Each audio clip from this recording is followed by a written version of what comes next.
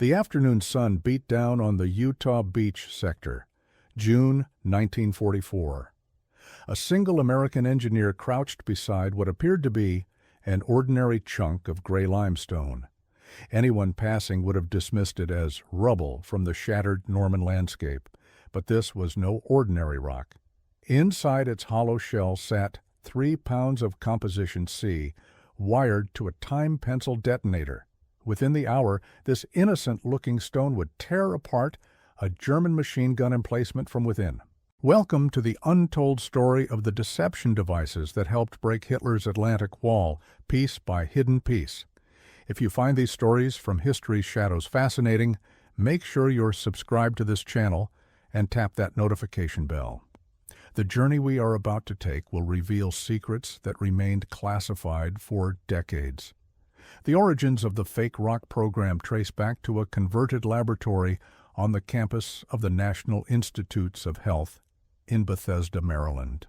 Here, scientists working for the Research and Development Branch of the Office of Strategic Services spent their days inventing the impossible.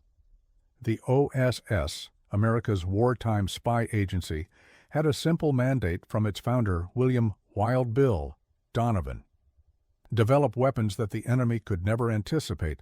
By 1943, this meant creating explosives that did not look like explosives. The concept was deceptively simple.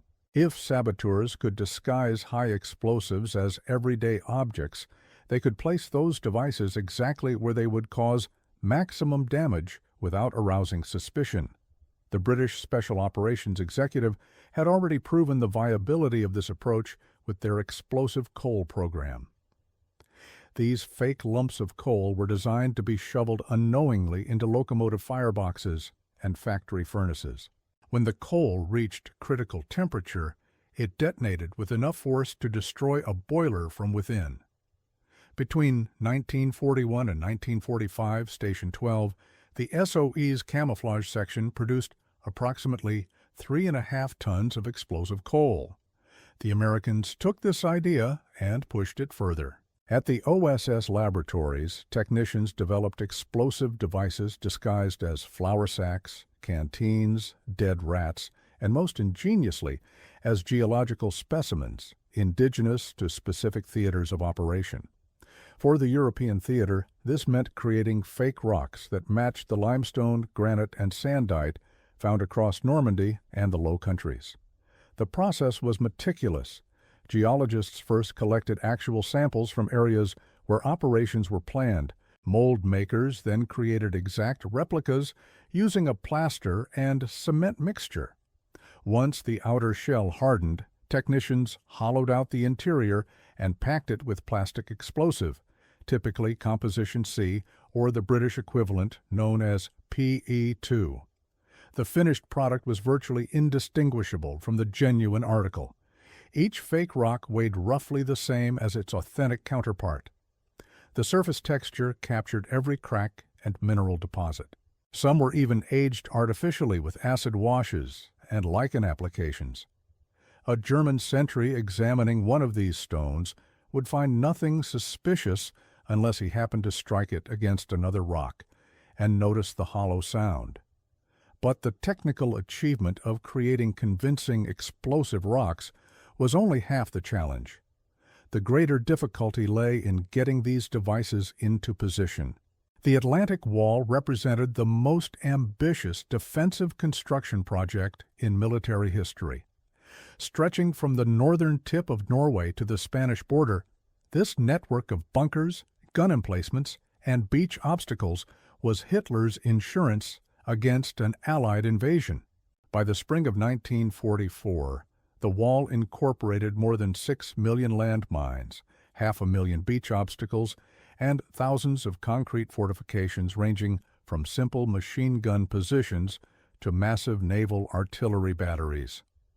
Field Marshal Erwin Rommel had been given command of strengthening the wall's defenses in late 1943.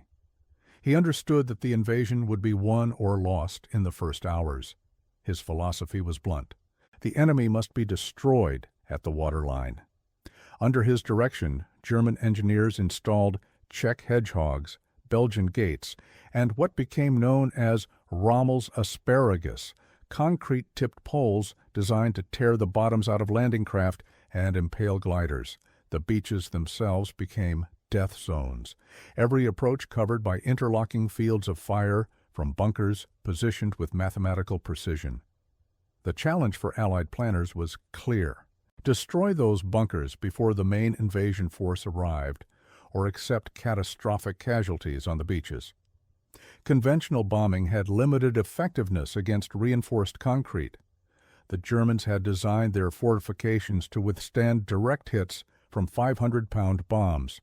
Some of the larger installations, like the Taut Battery at Cap Gris-Nez, featured walls 3 meters thick. Even the smaller beach defense bunkers incorporated steel-reinforced concrete capable of absorbing tremendous punishment. The solution would have to come from within. Demolitions placed inside a bunker against the relatively thin interior walls could accomplish what external bombardment could not. A 10-pound charge positioned against an interior wall could collapse a structure that could withstand a 1,000-pound bomb dropped from outside.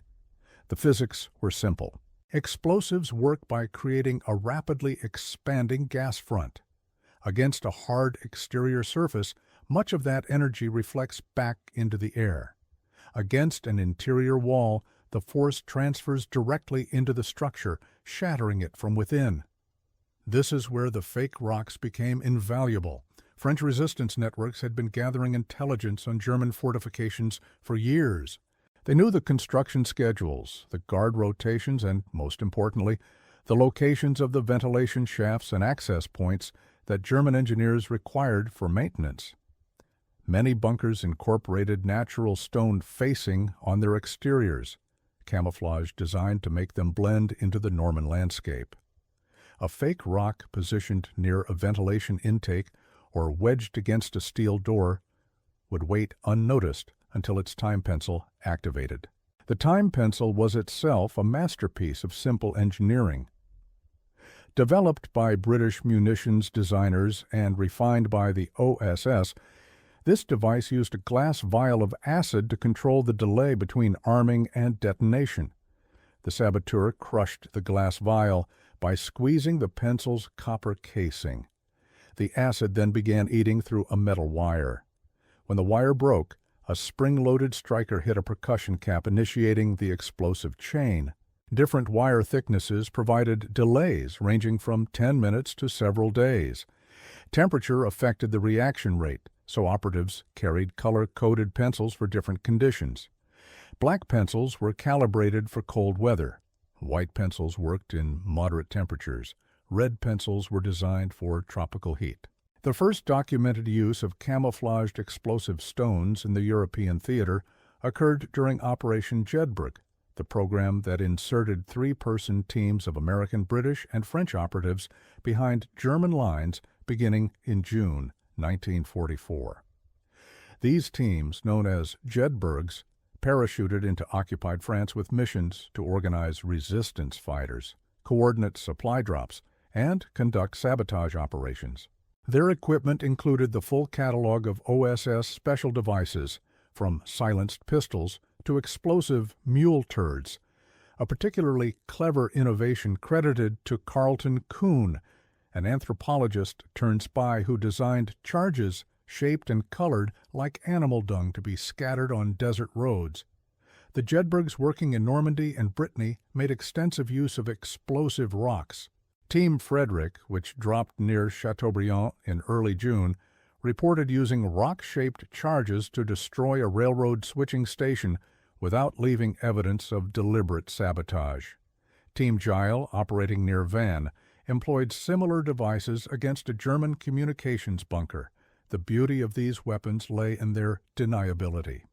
After the explosion, investigators would find nothing but rubble. The fake rock itself was destroyed in the blast. There was no unexploded ordnance to examine, no telltale fragments to trace back to Allied laboratories. Before we continue with the operations against the major Atlantic Wall fortifications, take a moment to hit that subscribe button and like this video if you are enjoying this deep dive into hidden history. Your support helps bring these forgotten stories back to light. The larger challenge of destroying beach defense bunkers required a different approach. Time constraints meant that saboteurs could not wait days for time pencils to activate. The bunkers needed to be neutralized in the hours immediately preceding the landing. This job fell to a specialized unit known as the Naval Combat Demolition Units, the predecessors to the Navy SEALs. These sailors trained at Fort Pierce, Florida, learning to swim through surf, navigate beach obstacles in the dark, and place charges with precision under fire. The demolition men faced an additional challenge that makes their achievements all the more remarkable. Unlike the saboteurs who could work in secrecy, these sailors had to approach the bunkers across open beaches under direct fire. Every German emplacement was designed to cover its neighbors. Attacking one bunker meant exposing yourself to fire from 3 or 4 more. The casualty rates for the first waves of demolition teams exceeded 50% on some beaches. At Omaha Beach alone, Navy demolition teams suffered nearly 70% casualties in the first hour of the invasion. The teams that made it to the bunkers employed a variety of techniques. Some used satchel charges, canvas bags filled with TNT that could be thrown through firing slits. Others employed pole charges, demolition blocks mounted on long wooden handles that allowed the attackers to stand outside the bunker while positioning the explosive. The most effective method, however, remained the internal charge.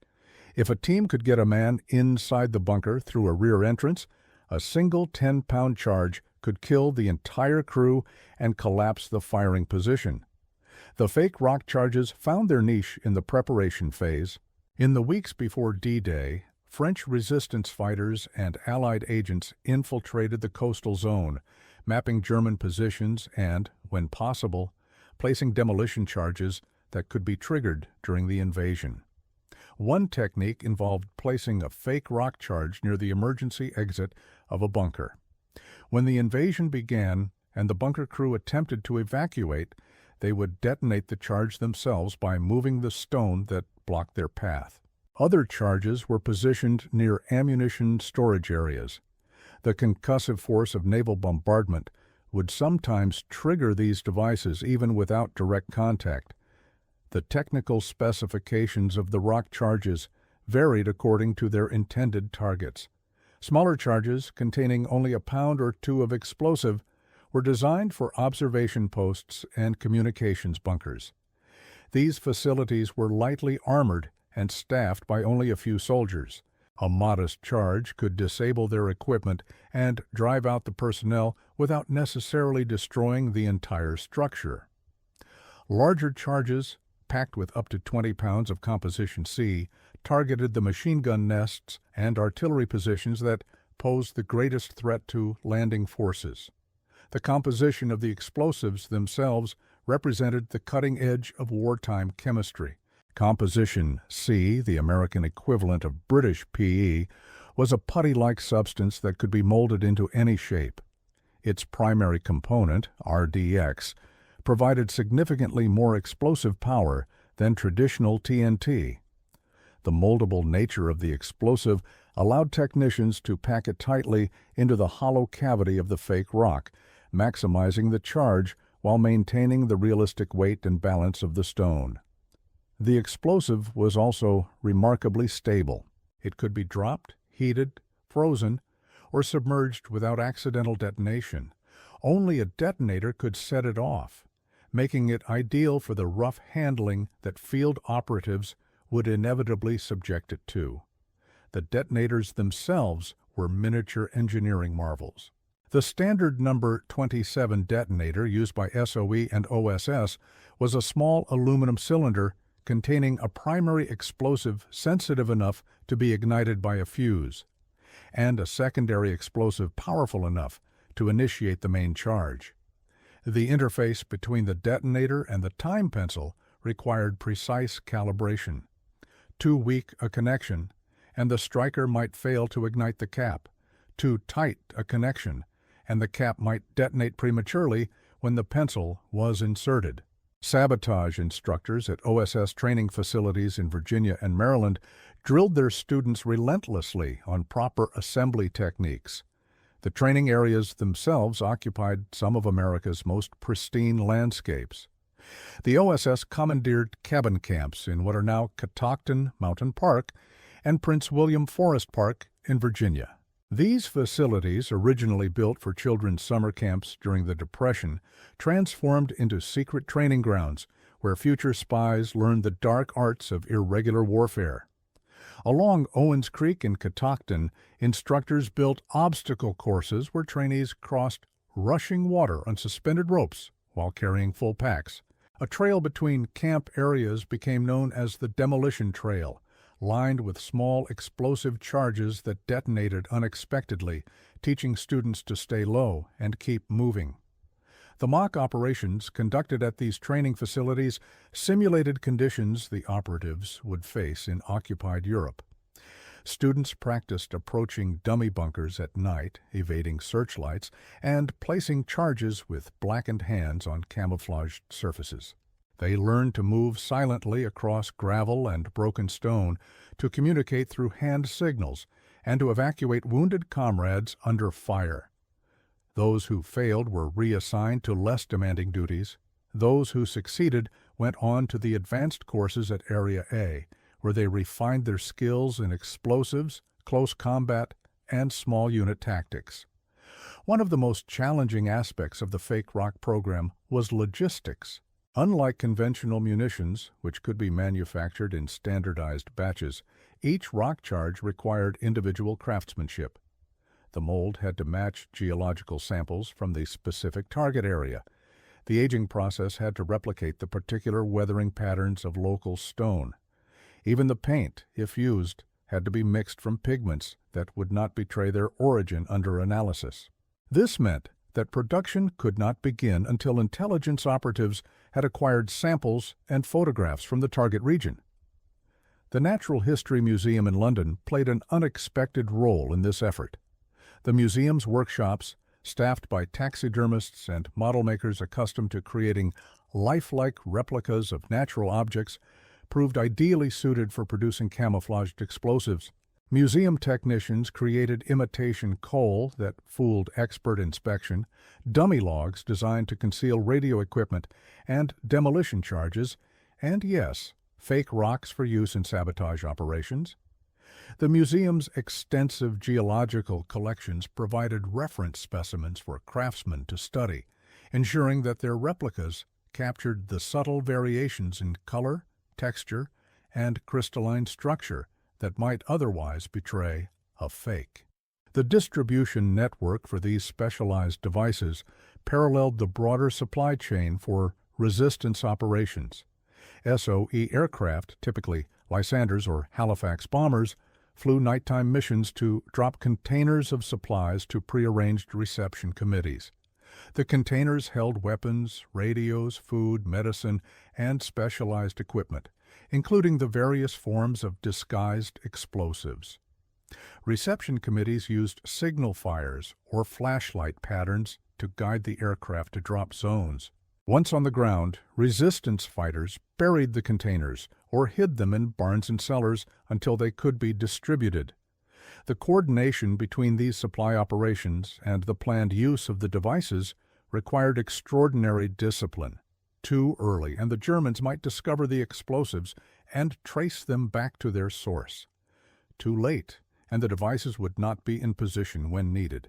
SOE headquarters in London maintained an elaborate scheduling system, tracking the movements of agents, the locations of supply dumps, and the timing of planned operations.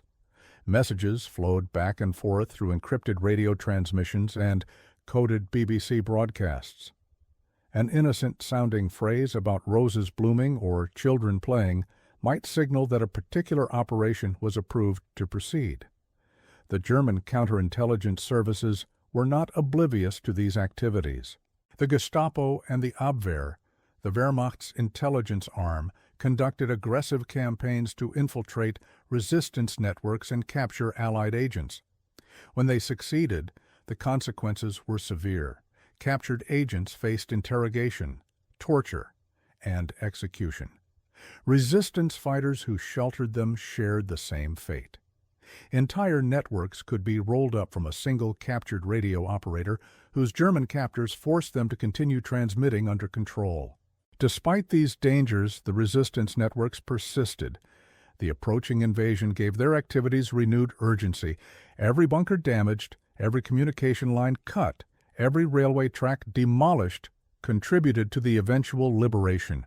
The men and women who placed the fake rock charges and other explosive devices knew they were risking their lives. Many did not survive to see the liberation they helped make possible. Their sacrifices remained classified for decades, their stories buried in archives that were only declassified in the 1970s and 80s. The immediate prelude to D-Day saw an intensification of sabotage operations across occupied France. In the 3 days before the invasion, more than 950 acts of railway sabotage disrupted German movement across the country.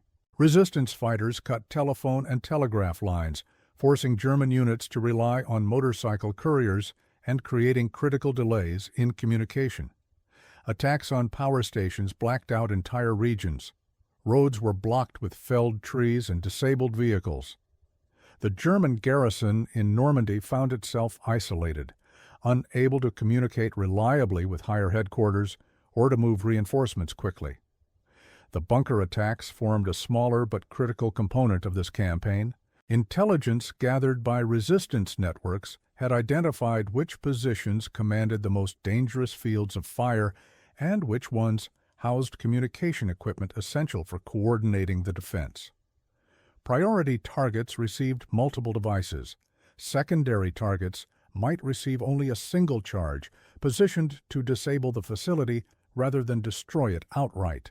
The goal was not necessarily to kill every German defender, but to create confusion, delay responses, and eliminate the positions that posed the greatest threat to the landing forces. The night of June 5th into June 6, 1944 was overcast, with low clouds scudding across the channel. This weather, which nearly caused Eisenhower to postpone the invasion, provided unexpected cover for the final preparation operations. Resistance fighters moved through the darkness, activating devices that had been planted days or weeks earlier. In some cases, they placed new charges at positions that had previously been inaccessible. The German sentries, huddled against the wind and rain, often failed to notice the shadowy figures moving at the edges of their vision.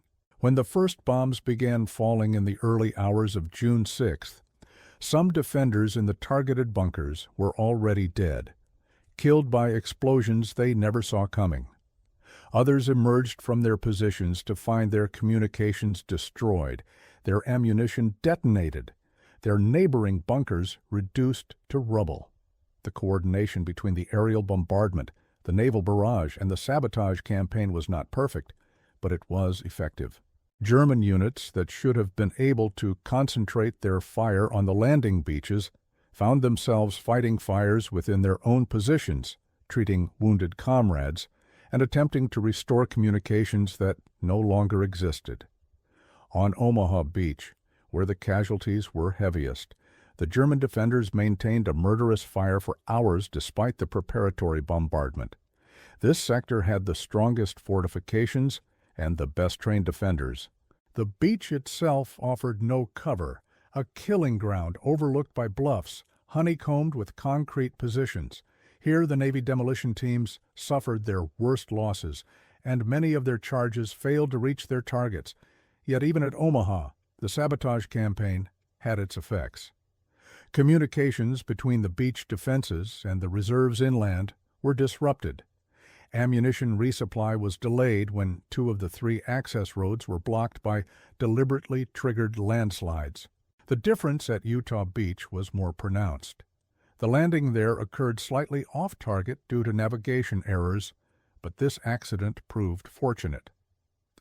The actual landing site was less heavily defended than the intended zone, and the fortifications that did exist had been severely damaged by both bombardment and sabotage. The 4th Infantry Division, landing at Utah, suffered fewer than 200 casualties during the initial assault. The contrast with Omaha, where casualties approached 3,000, speaks to the cumulative effect of the preparation operations. The fake rock charges continued to play a role in the weeks following the initial landings. As Allied forces pushed inland, they encountered successive lines of German fortifications. The bocage country, the hedge-enclosed fields that dominated the Norman interior, favored defensive positions. German units fortified farmhouses, built bunkers at crossroads, and turned the thick hedgerows into natural breastworks. Armored units bogged down against defenses that tanks alone could not overcome. The solution combined conventional assault with specialized demolition.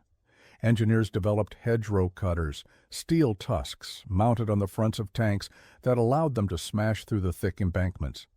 Infantry worked closely with armor, clearing positions that tanks could not reach. And sappers, often working at night, infiltrated German positions to place charges on key fortifications. The camouflaged explosives allowed them to leave devices that would detonate hours later, after the sappers had withdrawn to safety. One particular engagement in late June illustrates the technique. A German strongpoint near St. Lo had resisted 3 conventional assaults, its concrete bunkers shrugging off artillery fire while its machine guns decimated every approach. The regimental commander authorized a night infiltration. 3 two-man teams crossed the German lines through drainage ditches that ran between the hedgerows. Each team carried 4 rock charges and a supply of conventional explosives. They reached the perimeter of the strong point around 2 in the morning, finding the German sentries focused outward toward the American lines. Over the next 2 hours, the sappers placed their charges. 2 rock devices went into the ventilation system of the main bunker, wedged into the intake shaft where they would look like construction debris. Another charge was positioned against the door of the ammunition storage facility. Conventional charges targeted the communication trench that connected the bunker to the rear supply route. By 4 in the morning, the sappers had withdrawn. At 6, the time pencils activated in sequence. The first explosion came from the ventilation shaft. The concussive force traveled through the ductwork, stunning the men inside and collapsing sections of the ceiling. Before they could recover, the ammunition storage building went up, a secondary explosion that dwarfed the initial blast. Flames and shrapnel tore through the communication trench. The surviving defenders, dazed and leaderless, offered only scattered resistance when American infantry attacked at dawn. The strong point that had cost dozens of lives in direct assault fell in less than an hour after the explosives did their work. If this story of ingenuity and sacrifice resonates with you, consider subscribing to the channel and sharing this video with others who appreciate the hidden history of the Second World War. The technical evolution of the camouflaged explosive program continued throughout the war. Lessons learned in Normandy informed improvements in both the devices themselves and the tactics for their employment. Later versions of the Rock Charges Incorporated improved time pencils with more reliable delay mechanisms. The explosive filler was upgraded to newer formulations with greater power-to-weight ratios. Production techniques were streamlined, allowing faster turnaround from intelligence acquisition to field deployment. The program also expanded geographically. As Allied forces advanced into Belgium, the Netherlands, and eventually Germany itself, new variants of the rock charges were developed to match the local geology. The granite of the Ardennes required different molds than the limestone of Normandy. The igneous formations of the Rhineland demanded yet another approach. The museum workshops and OSS laboratories worked overtime to keep pace with the advance, producing specialized devices for each new theater of operations. The crossing of the Rhine in March 1945 presented particular challenges. German forces had fortified the river's eastern bank with bunkers and artillery positions, designed to prevent exactly the kind of assault the Allies planned. The fortifications incorporated lessons learned from the D-Day defenses, with deeper bunkers, thicker walls, and more sophisticated overlapping fields of fire. Many were built into the natural cliffs and bluffs that line the river, using the geology itself as armor. Here again, the fake rock charges proved their value. Reconnaissance teams crossing the river under cover of darkness placed devices at key positions. One particularly daring operation involved swimmers who approached underwater, surfacing only long enough to wedge charges into crevices of the riverbank before diving again. The stones they left behind were indistinguishable from the natural rubble that accumulated at the water's edge. When the main assault began the following day, several German artillery positions exploded from within, their crews never understanding what had killed them. The final months of the war saw the camouflaged explosive program transition from an offensive to a defensive role. As Allied forces liberated territory, they faced the challenge of securing it against German counterattacks. The Battle of the Bulge in December 1944 demonstrated that the Wehrmacht retained the capability for major offensive operations. In the aftermath of that battle, Allied engineers established defensive positions incorporating many of the techniques they had developed for attack. Fake rock charges were placed along likely avenues of German approach, their time pencils replaced with pressure-sensitive detonators that would activate when vehicles passed overhead. Others were wired to remote triggers, allowing defenders to detonate them from safe positions when German forces entered kill zones. The same weapons that had broken the Atlantic Wall now helped defend the territory that wall had been built to protect. The psychological impact of the camouflaged explosive campaign may have exceeded its physical effects. German soldiers learned to distrust their environment. Every unusual stone, every piece of debris that looked out of place might conceal a deadly trap. This paranoia slowed German movements and degraded morale. Soldiers who spent their time searching for hidden explosives could not concentrate on fighting. Officers who hesitated to occupy seemingly advantageous positions surrendered initiative to their opponents. Post-war analyses attempted to quantify the effectiveness of the various OSS and SOE special devices. The results were inconclusive, limited by the chaotic nature of wartime record-keeping and the deliberate secrecy that surrounded these programs. What the records do show is that thousands of camouflaged explosive devices were produced and distributed between 1942 and 1945. Hundreds of reports from field agents describe successful employment of these weapons. The cumulative effect, while impossible to measure precisely, clearly contributed to Allied victory. The legacy of the fake rock program extended well beyond the Second World War. The techniques developed for camouflaging explosives informed subsequent operations in Korea, Vietnam, and more recent conflicts. The Central Intelligence Agency, successor to the OSS, maintained the capability to produce specialized demolition devices throughout the Cold War. While the specific details remain classified, it is known that camouflaged weapons played a role in various covert operations during this period. The engineering principles also found peaceful applications. The same techniques used to create convincing fake rocks for military purposes were adapted for civilian uses, including environmental monitoring, wildlife research, and security applications.